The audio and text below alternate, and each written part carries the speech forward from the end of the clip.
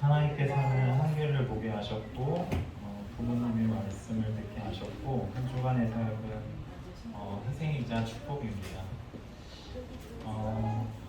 네, 이제 한결이가 태어나서 이번 주에 처음으로 이렇게 안아봤어요. 네, 너무 작고 뭔가 이제 잘못하면 애가 어떻게 될까봐 되게 어깨도 긴장이 되게 많이 되고, 그리고 아버지가 아빠가 된다는 거 너무 막 특별하고 막 이제 끝났다 막 이런 이야기들을 많이 들었어요. 이제 너는 집에만 있어야 되고 그런 이야기들을 막 원하는데 저는 그게 솔직히 좀 듣기가 싫은 거예요. 왜 뭐 그거에 대해서 자유가 없고 그런지는 아직 체험을 못해서 그렇긴 한데, 조금 더 해석을 기쁘게 하자면 이제 시작이다. 내 아들 한결이가 이제 잘 크는 것도 하나의 이제 하나님을 섬기는 데 좋은 열매가 되고 씨앗이 될 것에 대해 되게 기쁘게 생각을 했었거든요. 근데 이제 좀 부모님의 이제 살았던 그 과정들이나 그 이야기를 들었는데, 저는 그런 막연한 생각이 들었어요. 왜 아빠는 저렇게 살지? 왜 엄마는 저렇게 살지? 왜 저런 선택을 하지? 라는 의구심이 좀 들었던 것 같아요. 그게 뭐 못나서 그런 게 아니라, 싫어서 그런 게 아니라 모르셨던 것 같아요. 그 이제 살아가는 방법에 대해서. 그게 물론 정답은 없지만 그걸 보면서 좀 이게 부모님들의 뭐 장점과 단점을 나누려고 말씀을 드리는 게 아니라, 그걸 통해서 좋은 영양분이라고 생각을 했던 것 같아요. 그런 모습들을 통해서 내가 조금 더 성장이 되고, 또 하나님 일을 하는 데 있어서 그런 부모님의 좀 흠들이 나에게는 좋은 보완이 되어서 내가 더 발전된 사람으로 성장될 수 있었구나. 그게 저는 희생이라고 좀 생각을 했었거든요. 그냥 뭐 그런 거예요. 아버지 같은 경우에는 일집. 그러니까 좀 맛있는 것도 먹고 좋은 데도 놀러 다니고 이랬으면 좋겠는데, 그냥 막연하게 그런 삶을 누리지 못하는 거에 대해서 좀 불만이 있었고, 어머니 같은 경우에는 이제 보이스피싱 당하려고 이제 제가 다 그쪽 알아보니까 막 몇천만 원 정도 진짜 줄 뻔 한 적도 있고, 그런 것들이 내가 부모님들의 좀 흠됨을 딛고 일어서서 조금 더 완벽하진 않지만 그래도 흠이 많지만 좀 그런 것들을 참 많은 보완들이 돼서 제가 이렇게 클 수 있었구나, 그런 희생들이 있어서 그래서 되게 감사했던 일주일이었던 것 같습니다. 이상입니다. 하나님께서는 자녀를 통해 하나님의 사랑을 보게 하셨고, 그럼 너도 얼마나 예쁘고 사랑스러웠는데 라를 듣게 하셨고, 저의 사역은 더욱 사랑을 표현하자였습니다. 지금까지 살아오면서 하나님의 은혜를 느낀 순간이 많았지만 무엇보다 지금 자녀를 키우면서 하나님의 사랑이 더욱 크게 와닿는 것 같습니다. 임신 기간부터 출산의 과정, 또 태어난 아이가 자라가는 모습들을 보면서 정말 하나님이 섬세하시구나를 정말 많이 느끼고 있고요. 또 자녀를 통해 지금까지는 누려보지 못했던 기쁨과 행복을 느끼고 있습니다. 매일 밤 이렇게 품에서 잠든 온유를 바라보면서 하나님께 온유를 선물로 주셔서 감사합니다라는 고백이 절로 나오고, 이렇게까지 내가 다른 존재를 사랑할 수 있구나의 뭉클한 마음도 자주 드는 것 같습니다. 근데 한편으로 자녀를 바라보면서 나의 부모님도 나를 이렇게 사랑으로 키우셨을까라는 생각이 들기도 했던 것 같아요. 사실 어렸을 때 제가 온유처럼 순한 편은 아니었다고 하더라고요. 그래서 엄마가 힘들었다는 얘기를 많이 들었고, 심지어 엄마가 농담으로 장난감 같았으면 너 갖다 버렸다고 이런 농담도 하셨었거든요. 그래서 그렇게 힘드셨다고 들었어서 또 저희 집은 가족끼리 스킨십도 전혀 없고 애정 표현도 없고 사랑한다는 말을 하지 않는 약간 무뚝뚝한 집이에요. 보기에는 좀 화목해 보이지만 그런 표현이 전혀 없었거든요. 그래서 저는 내가 그렇게 사랑받으면서 자랐다는 생각은 크게 하지 못했던 것 같아요. 근데 그 지지난주에 육지 친정집에 갔었는데 엄마 아빠가 온유를 너무 사랑스럽게 보고 돌보고 계신 거예요. 그래서 처음으로 엄마 아빠한테 엄마 나도 이렇게 예쁘고 사랑스러웠어? 라고 이렇게 물었더니 엄마가 그래 너도 얼마나 그렇게 예쁘고 사랑스러웠는데 라고 이렇게 대답을 해주셨는데 저도 모르게 울컥하면서 아 나도 진짜 사랑 많이 받고 자라서 지금까지 이렇게 자라왔고 아 하나님도 나를 이렇게 사랑하시는구나 라고 깨달은 것 같아요. 그래서 저의 사역을 더욱 사랑을 표현하자라고 한 것은 엄마예요. 전혀 애정 표현이 없었던 가족 속에서 크면서 평소 가족들에게 스킨십이나 사랑한다고 말하는 게 이렇게 익숙하지 않았었는데 사랑도 표현할수록 익숙해진다는 걸 요즘 많이 느끼고 있어요. 그래서 온유를 보면서 매일 사랑한다고 제가 말을 하고 있고 아이에게 뽀뽀를 하고 안아주고 하면서 내가 이렇게 표현을 잘하는 사람이었구나라는 걸 다시 생각하게 되고 또 온유를 통해서 양가 부모님이나 또 주변 분들에게도 사랑한다는 표현을 예전보다 더 자주 하게 되더라고요. 그래서 앞으로 하나님이 주신 사랑을 가족과 이웃들에게 더욱더 표현해야겠다고 결심하는 시간들이었습니다.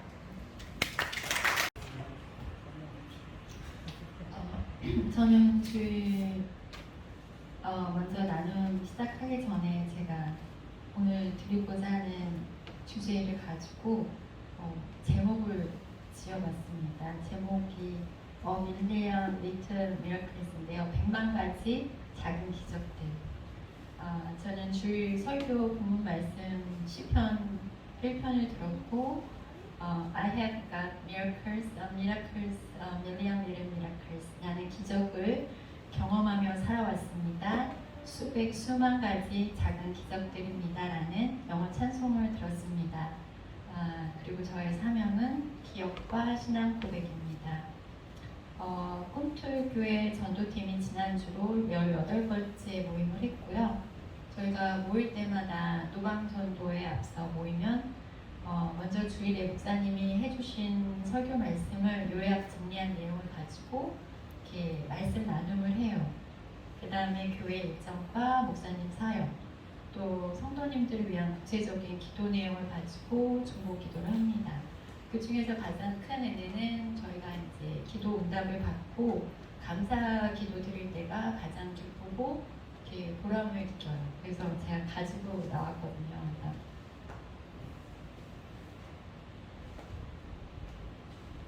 저희 18번째 전도팀 할 때 나눠드렸던 이 종이를 가지고 맨 위에가 이제 주일 설교 말씀을 요약 정리한 내용이고 그 다음에 밑에가 이제 1번에서 7번까지 이제 기도 제목이 있어요.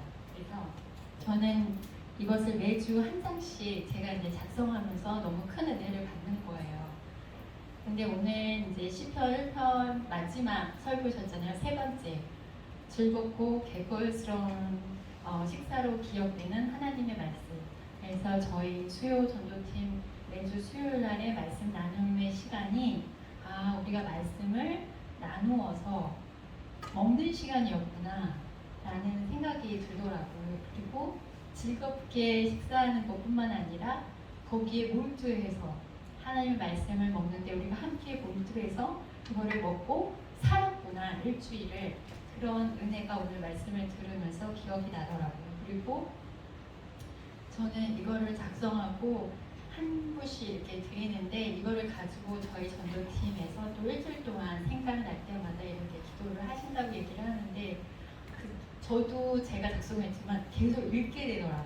이게 저의 기도 제목이 아니라 우리의 기도 제목이고 우리 교회 안의 기도 제목이다 보니까 기도를 하게 되면은 제 개인적인 기도보다도 더 큰 은혜와 이렇게 만족, 충만 이런 것들을 누리게 되더라고요. 그래서 여기에 지금 매주 저희가 주일학교, 중고등부 영유아부는 저희가 매주 이름을 불러가면서 기도를 해요. 왜냐하면 우리 교회가 다음 세대를 위해서 사명을 가지고 많이 초점을 가지고 나아가기 때문에 매주 기도를 하고 그 다음에 안수 집사님들, 그 다음에 또 구원 확신 성경 공부 반을 위해서도 따로 기도하고 그 다음에 이제 권사님, 장로님을 위해서도 기도하고 목사님을 위해서도 이렇게 기도를 해요.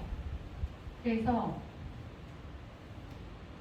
매주 기도하면서 우리 문성원 집사님이나 박준선 집사님, 최인우 집사님 위해서도 기도하거든요. 우리 홍보석 권사님 위해서도 기도하는데 볼 때마다 너무 기쁘고 감사하고 또 좋은 일이 생기면 굉장히 감사하더라고요. 그래서 우리 그 수요 전도팀에서 기도할 때마다 우리 성도분들에게 믿음의 큰 은혜가 임했으면 좋겠다라는 생각이 많이 들었습니다.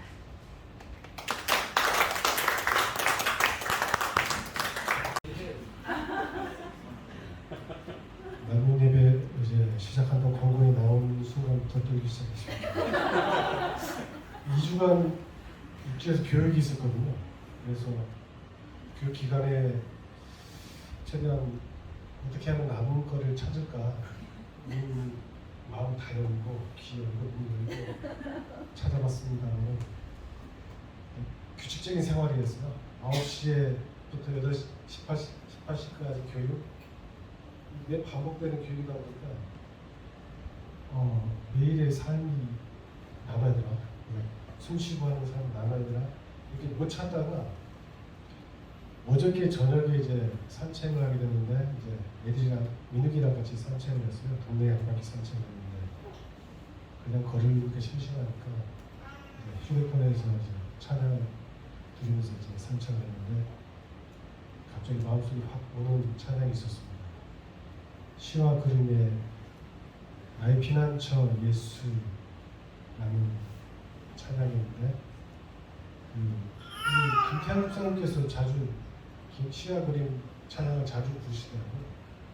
개인적으로 김태환 집사님 찬양을 상당히 좋아합니다. 기대하고 있고 물론 다른 분들의 찬양도 은혜가 깊고 하지만 특별히 좋아하는데 이 찬양이 시와 그림의 찬양이구나 해서 목사님이시더라고요. 그래서 여러 가지 이제 찬양이 이렇게 보니까 그동안 내가 들어왔던 찬양이 시와 그림 찬양이구나. 그 중에서 나의 피난처 예수라는 그 찬양이 너무나 꽂히다 보니까 집에 와서 계속 들었어요. 근데 어느 순간 눈에서 눈물이 흐르고 있더라고요. 이제 가사는 이제 반복되고 이제 그런 별로 이렇게 어렵지 않은 찬양인데 그 찬양을 들으면서 너무 내가 굳어 있었고 어떤 메말라 있었고 하는 게 내가 주님께 계속 물어왔던 것을 답을 주듯이 저한테 이제 물어왔거든요. 그래서 저희 나눔을 그 찬양을 대신하려고 합니다. 가사가 생각날지 모르겠습니다. 나의 피난처 예수 의지해요. 나의 피난처 예수 의지해요. 나의 가는 길에 거센 바람 몰아쳐와도 나의 피난처 예수 의지해요. 나는 영원히 주님 사랑해요. 나는 영원히 주님 사랑해요. 세상 어떤 것도 나의 사랑 끊을 수 없네. 나는 영원히 주님 사랑해요. 아버지 나를 사랑하시니 나의 모든 것 주께 드려요. 아버지 내가 여기 있으니 주님 영광 위하여 써주세요. 주님 영광 위하여 써주세요.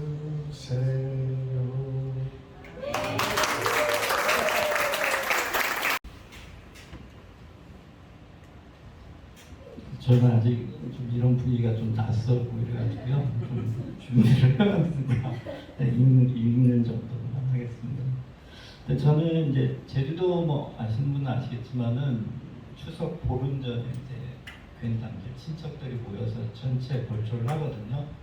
그래서 매년 하는데 이제 올해도 이제 저도 제주도 내려왔으니까 이제 빠지면 욕을 바가지로 먹습니다. 그래서 이제 참석을 해서 같이 벌초를 하는데 이번에 느낀 거는 제가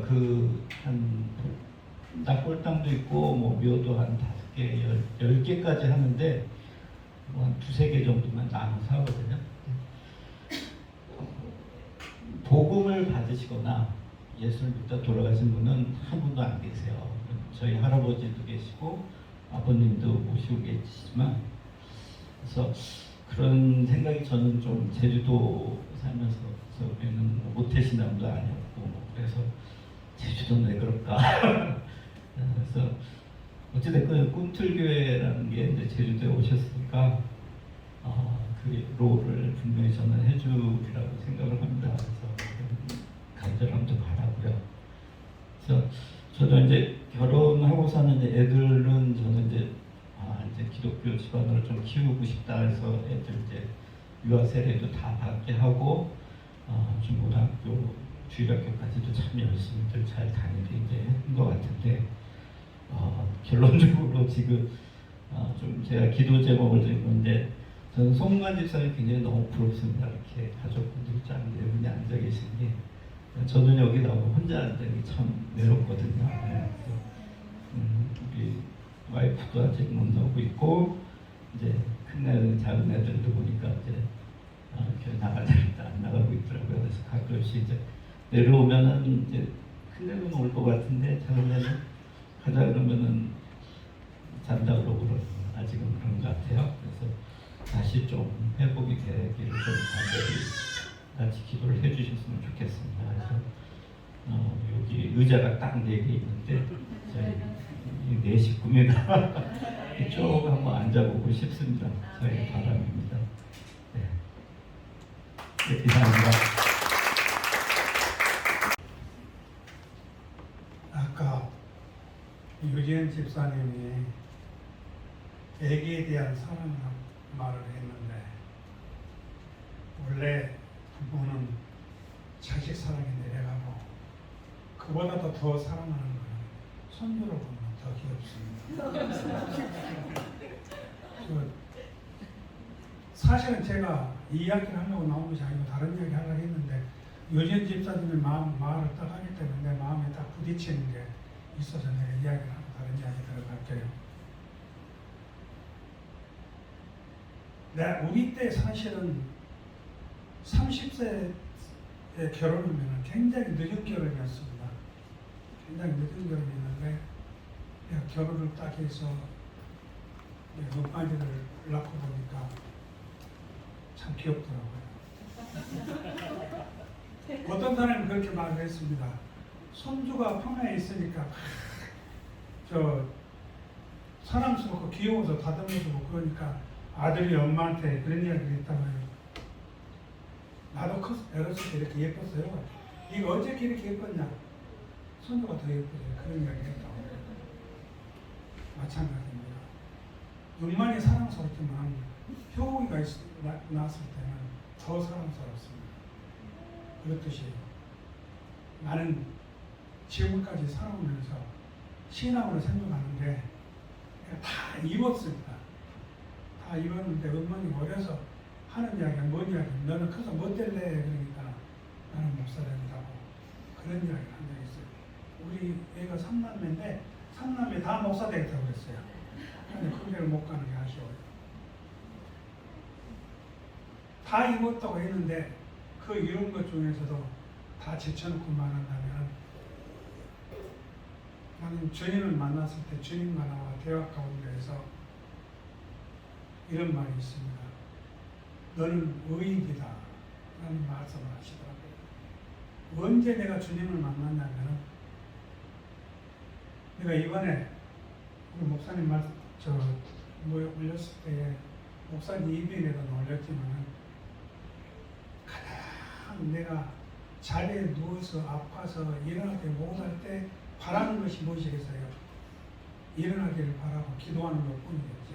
그럴 때 주님이 와서 나를 만나주시더라고요. 사람은 예감은 무시하지 마세요. 내가 왜 그때 아팠냐 그러면 그때 예감에 초원에서 살면서 그때 돈 2,000원을 벌려고 하루 종일 가서 일하고 들어와서 지쳐서 그때가 수요일인데 교회를 못 갔어요. 그때 딱 느낌이 오는데 내가 집에 딱 들어오는데 교회 종소리가 울렸는데도 너무 지쳐가지고 씻지를 못했어요. 그래서 내가 교회를 못 가고 있다고 그러면서 무슨 생각을 했냐면 내가 지금 교회를 안 가면 내가 아플 텐데 이런 생각이 딱 들더라고요. 그래도 내가 씻지 못했기 때문에 내가 교회를 못 가고 들어서 쓰러져 있는데 어머니 아버지께서 교회 갔다 오시는 소리가 들리시더라고요. 그때부터 들어 누워서 아파 있는 게 50일간 들어 있었어요. 50일간 들어 누워 있으면서 내가 하는 것이 뭐겠어요? 제발 내가 일어나서 좀 돌아다니 뭐랄 거 아니었어요? 우리 아버지 하시는 말씀 뭐라고 하시냐면 안 돌아다녀도 좋으니까 제발 좀 일어나서 앉아만 있어 달라. 부모 마음이 얼마나 괴롭겠어요. 그래서 들어 누워서 딱 일하고 있는데 근데 바로 우리 집이 초가 상간집이었습니다. 근데 방 하나 있어가지고 옆에가 방에 동찰문이라고 하나 있었는데 나는 들어 누워있는데 거기가 예수님이 딱 나오시더라고요. 예수님이 나오셔서 나한테 하시는 말씀이 너는 의인이다. 그럼 다른 예수님과 내가 분명히 자리에 들어 누워서 있는데 그때 예수님하고 만나 있을 때는 내가 예수님 앞에 무릎을 꿇고 있더라고요. 그래서 무릎을 딱 꿇고 있으면서 아니다 너는 의인이다. 아니다 나는 죄인입니다. 아니다 너는 의인이다. 3번 의인이다라고 하시면서 싹싹하시더라고요. 그러면서 내가 딱 이러고 있다가 일어나고 내가 들어 누워있는데 나는 예수님 앞에서 나는 죄인을 만나고 무릎 꿇고 있는 그 모습을 내가 봤습니다. 왜 예수님께서 나는 의인이라고 하셨을까요? 그것도 지금도 나는 숙제로 가지고 있습니다.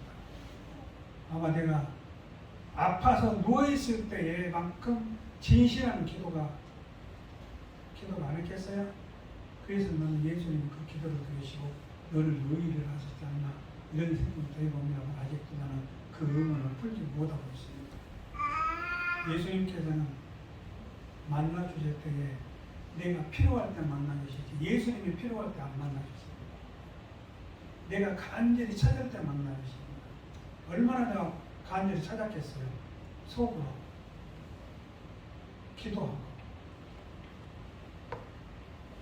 그랬을 때 만나주시더라고요. 그래서 콘서트에 일하고 사실 나는 주님의 말씀을 어기면서까지 사람 죄인입니다. 죄인 속에 계신데 예수님께서 나한테 그런 말씀을 하셨을 때는 너무나도 죄인 중에 계셔서 불러주셔서 감사의 말씀을 들을 수가 없습니다. 하나님은 사랑하십니다. 그 사랑을 힘입어서 사랑하는 여러분이 되시기를 바랍니다. 우리 모이면 우리가 서로 기도하고 또 기도함으로 우리가 은혜 받고 은혜 받음으로 서로 사랑하고 사랑함으로 말해서 사명 감당하는 우리 콘서트 성도이 되었으면 좋겠습니다.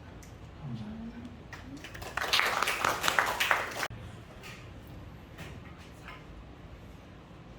안녕하세요. 저는 한동안 새벽에 기도하면서 주님 말씀하세요. 제가 듣겠습니다 하고 노트를 펴고 연필을 쥐고 있었습니다. 그래서 하시는 말씀들을 계속 적어가고 했는데 신기한 거는 주일마다 나왔을 때 목사님을 통해서 제가 1분 동안 받은 말씀들을 꽉 정해주는 것처럼 정말 신기하게 말씀을 다 해주셨어요. 그래서 요즘 또 기대함으로 주일 예배를 드리는 시간이고 또 어느 날에는 제 안에서 빛이 이렇게 비치는 마음이었어요. 그래서 빛은 예수님이시잖아요. 빛은 말씀이잖아. 빛은 생명이잖아. 그 생각을 하고 있는데 히브리서 4장 12절 말씀을 주셔갖고 그 말씀을 계속 들고 있었어요. 그 들고 있는데 책을 한 개 읽게 됐는데 물결은 바람에 의해서 움직이고 그 바람이 기도고 그 기도는 주님께서 받으시고 우상은 나 자신에게 깨달음이다라는 글을 읽었어요. 그런데 오늘 또 예배 시간을 통해서 하가 묵상에 대해서 또 자세히 또 말씀을 해주셔서 또 감사했고 또 지금은 주님과 나 사이에 더 깊은 관계로 하나님께서 이끌어 가시는 것 같습니다. 우리가 말씀으로 육적인 사람, 영적인 사람, 육적인 열매, 영적인 열매들을 또 말씀 통해서 또 계속 보게 하시고 사람의 소리들, 사람을 의지하고 환경을 보고 하는 이런 소리와 이런 시선들을 주님께 향하게 하시는 훈련과 그 말씀 안에서 선을 보심으로 더 나아가는 그 시간을 계속 하고 있는 것 같고 그래서 선을 보심으로 말씀 안에서 한 말씀 한 말씀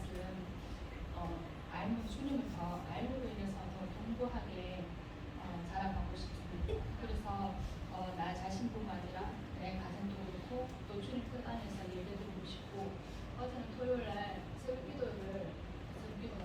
새벽에 기도를 드리는데 새벽에 천둥번개가 막 치더라고요.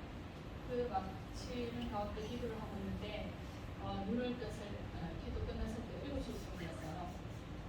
근데 그 시간에 밖에는 비가 오고 있는데 여기에 빛이 쫙 비치는데 사진까지 찍어놨거든요. 너무 아름다운 거예요.